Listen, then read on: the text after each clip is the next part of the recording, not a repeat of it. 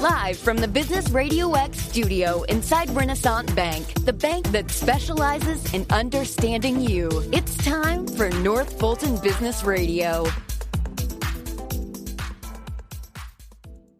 And hello again, everyone. Welcome to another edition of North Fulton Business Radio. I'm John Ray, and we're virtual still, folks. We're not back in our normal home inside Renaissance Bank on Windward Parkway in Alpharetta, but we're looking forward to that day. In the meantime, Renaissance Bank branches are open by appointment only. So go to renaissancebank.com, find your local branch. They've got over 200 to choose from throughout the South. So there's one nearby, wherever you are in the South, and give them a try, and give them more than a try, because folks, I know how well they work with small businesses, because I've worked with them on some of my small business clients, and they do an awesome job. They actually answered their own phone. You don't have to deal with a phone tree, and you don't have to deal online all the time, and they're awesome. So check them out, renaissancebank.com. Renaissance Bank, understanding you, member FDIC. And now I want to welcome Alison O'Neil. And Alison is the founder of Becomes You Charitable Foundation. Alison, welcome. Well, good morning, John, and your audience. Hi, everybody. Yeah, great to have you here. So for those that don't know you and would love to know more about Becomes You Charitable Foundation, why don't you give us an overview and how you're serving folks out there? Okay, would love to. The charity I started in 2006 after my father died, and I always like people to know where the name came from first, because people get a little distracted with the term beauty and think it's a very superficial concept. But in fact, we actually touch people at the very heart of who they are and encourage older adults who are currently suffering a great deal with the pandemic, more than even normal. But a regular condition that older adults are contending with is a sense of isolation, a sense of unimportance. And so what we do on a general basis is provide aesthetic health services, which are hair, skin, nail, massage therapy, facials. So we touch people.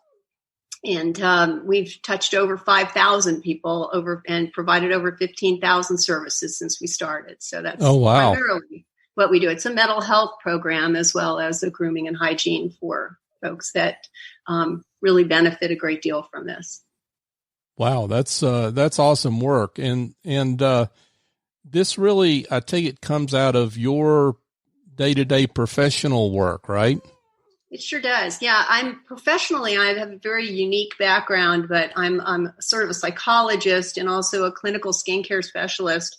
And I developed a clinic at Emory in 1982 in dermatologic rehabilitation, where I actually worked with patients who had lost their appearance to trauma or different chronic illnesses like lupus or scleroderma or vitiligo, and other self-perceived conditions where people think they have conditions, or people that have psychological issues. There's a condition where people actually pick on themselves, and they literally pick on themselves. So I worked with those people for many, many years. I've had a clinic in taking care of healthy skin, acne patients, and really helping people learn to live with those conditions. So I translated all of my knowledge when I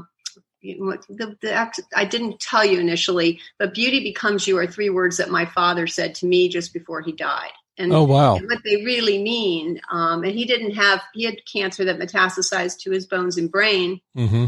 And he was in home hospice for 9 months with my mother and I helping to take care of him primarily. And he was in good spirits every day, and he'd wake up and he'd say, I don't know what's wrong with me, but I'm going to feel better tomorrow. And he'd put his thumbs up, and people actually came by our house after a while because they left feeling better than they thought they would. Because a lot of people who are ill don't get a lot of visitors because people think, oh, it's going to be depressing. But he actually made people feel better, which is, people should take a chance and visit people if you have that fear. But so at the end of near the end of his life, about 6 weeks before, we were on the porch and I was helping him. He was digging in some flowers and I was working on a bird feeder. And anyway, he said to me, he called my name Allie out of the blue. And at this point, his cancer, as I said, had metastasized to his brain. So he had dementia. He wasn't really having conversations beyond talking about things that had happened in World War II when he was at Utah Beach, which he never spoke about before. And we had a lot of interesting things. But he said, Allie, and I went over to him.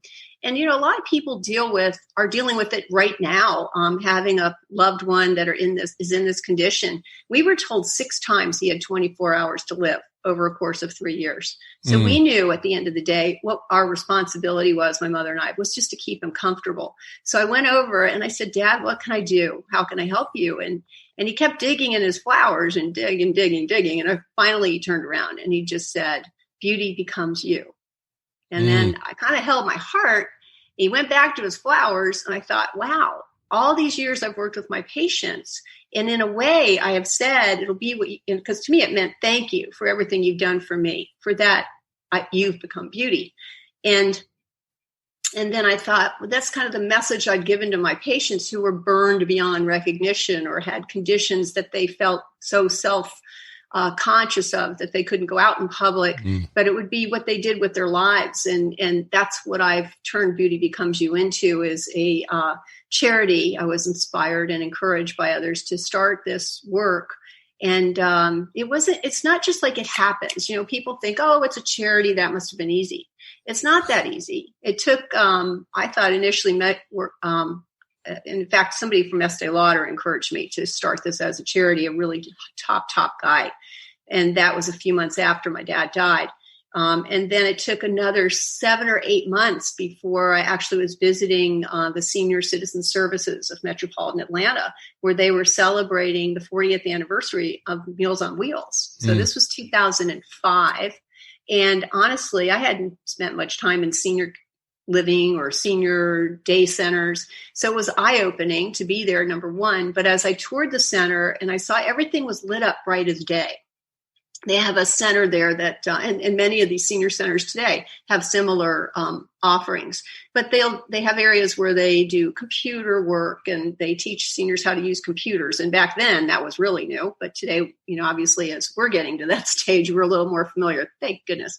But, they have a gardening center and they have a mild to moderate Alzheimer's day center. And I had to slip away from the tour group I was with. It's a big center. And as I said, everything lit up bright as day. As I came back to join my group, I noticed a small corner. And then it was all dark. It was the only place in this entire center that was in the dark. And ironically, in this particular space were 2 old shampoo bowls and 2 old shampoo chairs. And a little old manicure pedicure stand. And I said, we went and got the manager. I said, why is everything lit up bright as day? And this is in the dark. And here my whole life has been about the importance of self-esteem and appearance. And she said, oh, it's really sad. This is the favorite place of our members, but we can't afford to keep it staffed and we can't afford the products. So that's where my mission was born. I knew I had to turn those lights on, and I knew we needed to provide those services for senior adults who absolutely respond incredibly. You see, there's a condition called failure to thrive syndrome. If you want to break in, you can. Just a reminder, folks, we're here speaking with Alison O'Neil, and Alison is the founder of Beauty Becomes You Charitable Foundation. Alison, you're going to talk about failure to thrive syndrome. Yeah. It's really interesting from a mental health perspective. Failure to thrive syndrome, a lot of your audience may be familiar with the term, because in 1962, it was actually a term that applied to premature infants. And when infants, were dying and they couldn't figure out how to get them to take their food. And so someone created those incubators where you can put your hands in, and they learned that if they petted the babies would then assimilate their food and they would thrive. So today that condition is fairly well under control for premature infants. But if you think about it, the isolation factors for seniors as people lose their spouses and some are not as socially interactive as others, even people that live in senior communities often need to be encouraged to join in with the other neighbors that they have. But it's a very challenging thing when you don't feel so good about yourself anymore. You don't have a job. You don't have a purpose. You don't think you have a meaning anymore. When in fact, you have a great meaning if you're an older adult and you have a lot to share, but there's just not been a platform. So failure to thrive syndrome occurs with senior adults. Generally, it's medically diagnosed late stage when someone's in a nursing home and they're being bounced around from room to room and they give up on living. But what I see from my mental health perspective is it starts long before that, as people lose their spouse, as they transition into the third or fourth stage of their life, whatever they want to call that. Mm-hmm. And it's kind of the final frontier. And, people go in with courage and can live until I've met 4 107-year-olds in this program. Oh, wow. The last 15 years. Mm-hmm. Yeah. And many, many 100-year-olds and many, many, many, obviously people in their 90s now. And we are living longer and there are more people, but we have to have a sense of purpose and meaning to make it worth living. And so that's what we do. And when we provide our services and we go in, generally we provide a service that is kind of a pop-up spa, if you will, and it's called a Day of Timeless Beauty. And what we do is it takes about 3 months to put one of these events on. It's rather exhausting because I'm usually the primary one doing it. It's a volunteer organization to date, but we have more seniors than ever and caregivers. We also invite family caregivers who are struggling, who are doing their best to take care. And, a lot of people don't know this, but there are more caregivers, family caregivers in hospice today than there are the people they take care of. Mm. And that's a huge, huge and very important statistic for people to kind of get their heads around. And I know if there are people on your show listening that are family caregivers, they get it because they put themselves last. They don't take care of their own health because they've got to spend the time taking care of this other person. So it's very important for family caregivers to figure out how to support themselves through this period as well. So we give some support in those arenas as well, try to provide education. But one of the neat things is when someone goes through a Day of Timeless Beauty and they've had their hair cut, and men and women both, by the way, they participate. And men usually are hesitant about getting facials at first, but once they're laying down there and they have 4 or 5 estheticians massaging their hands and feet and face, they succumb to relaxation. Sure. Anyway.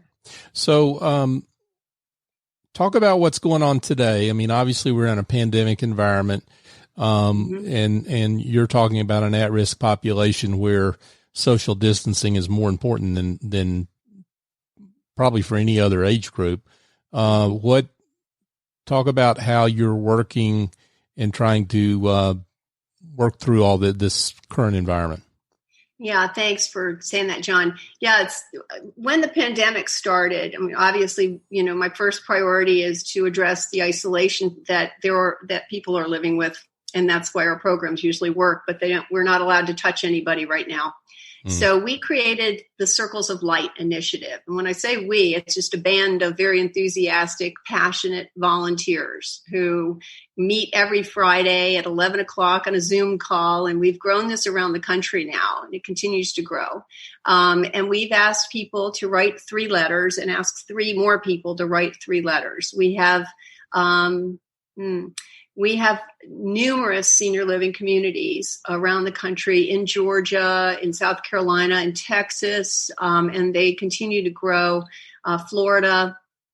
And we also have teens that are involved, and we've actually created a teen board during this period as well. And we call them the Bright Lights. And the Bright Lights, they are amazing young people who are National Honor Society students who really just reached out because they heard about Beauty Becomes You and wanted to do something for older adults. So they are very actively involved in our letter writing campaign. And what we're hoping is that once the pandemic is done and we're allowed to see people, that those people who live in the same communities will meet face to face. But for right now, it is a Pen Pal program. And we have a unique component to our Pen Pal program. We ask everyone to include a self-addressed stamped envelope so that the person can send a letter back, because a lot of seniors don't have the money to buy a stamp or have the wherewithal or the convenience of getting that right now. So sure. Absolutely.